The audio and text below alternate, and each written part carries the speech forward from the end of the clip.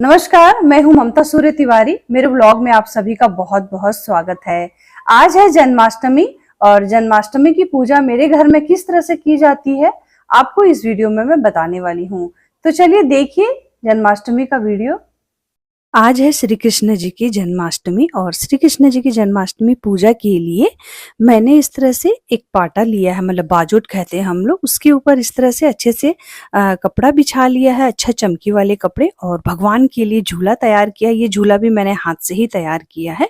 और उसके बाद में इस तरह से हमने कुछ डेकोरेशन कर लिया है भगवान के लिए, श्री कृष्ण जी के लिए, उनके जन्मोत्सव के लिए।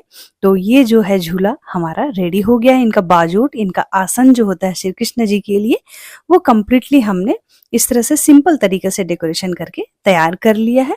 और उसके बाद में मैंने एक थाली लिया है और उसमें फूलों से मैंने फूल से सजा लिया है थाली को, और उसमें श्री कृष्ण जी को मैंने विराजमान किया है।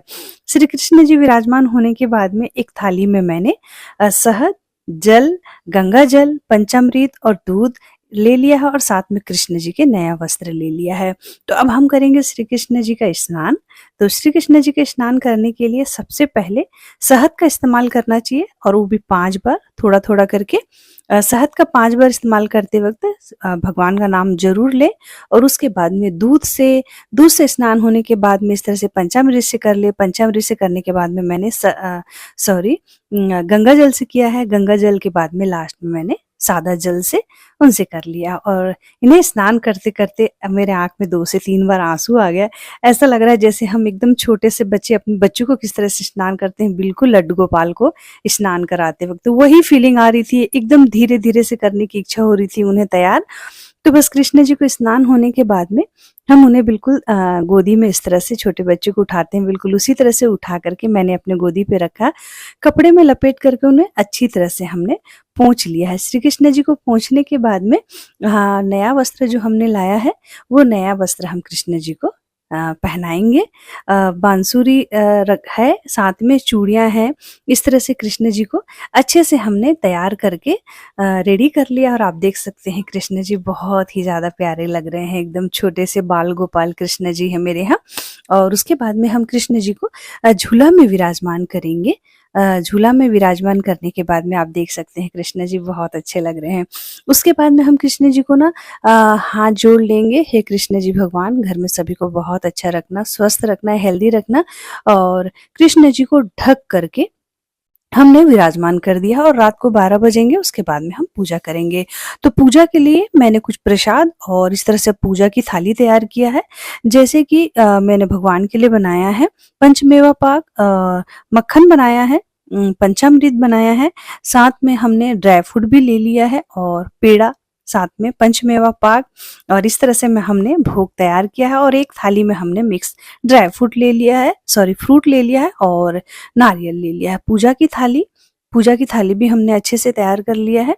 पूजा की थाली में जैसे दिया ले लिया है, साथ में जल ले लिया है, चावल, कुकू, हल्दी, फूल, मोली, है ना, इस तरह से, और कपूर ले लिया है। तो ये हमारी पूजा की थाली जो है तैयार हो गई है। बस अब हमें जो बाकी का बीच का समय होता है उसमें हमने भजन कर लिया है, बैठ करके भगवान का नाम लिया है। और अब रात के 12 बज चुके हैं, और इस वक्त मम्मी जी पूजा करने के लिए बैठे हैं। बस पूजा करते वक्त भगवान को कुंकू, हल्दी, फूल और मोली से वस्त्र समर्पित करते हुए, भगवान का नाम लेते वक्त बहुत अच्छा लग रहा था। घर में एक छोटे से बच्चों का जन्म होता है, बिल्कुल वही फीलिंग आ रही थी कृष्ण जी का, लड्डू गोपाल जी का पूजा करते वक्त। तो बस सासू जी ने बहुत अच्छे से कृष्ण जी की पूजा बड़ी श्रद्धा से किया है, दिया लगाया है इस तरह से, है ना, अगरबत्ती जलाए हैं, और श्री कृष्ण जी की आरती की है। और मैंने भी श्री कृष्ण जी को इस तरह से कुंकू, हल्दी और मोली वस्त्र समर्पित किया है, फूल लगाया है, और साथ में आरती भी कृष्ण जी की मैंने भी की है। हम दोनों ने बहुत अच्छे से पूजा किया है। कृष्ण जी की पूजा होने के बाद में मम्मी जी ने जितने भी हमने भोग बनाए हैं वो श्री कृष्ण जी को अर्पित कर रहे हैं। मिक्स फ्रूट रखा है, वो भी कृष्ण जी को अर्पित करें, भगवान को भोग लगाएं, और पूरे घर में हमें वितरण करना होगा।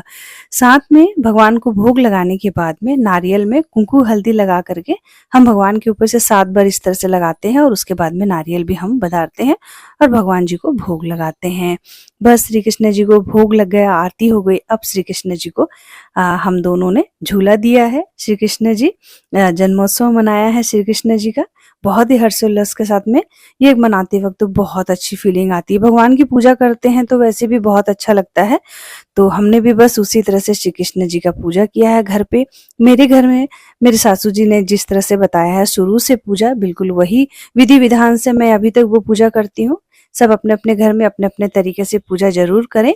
तो बस थोड़ा बहुत आगे पीछे होता है लेकिन पूजा सेम ही होता है। भगवान की पूजा श्रद्धा और भाव से किया जाना चाहिए। तो बस मैंने और मेरे सासू जी ने भगवान की श्री कृष्ण जी की पूजा कर ली है। तो धन्यवाद।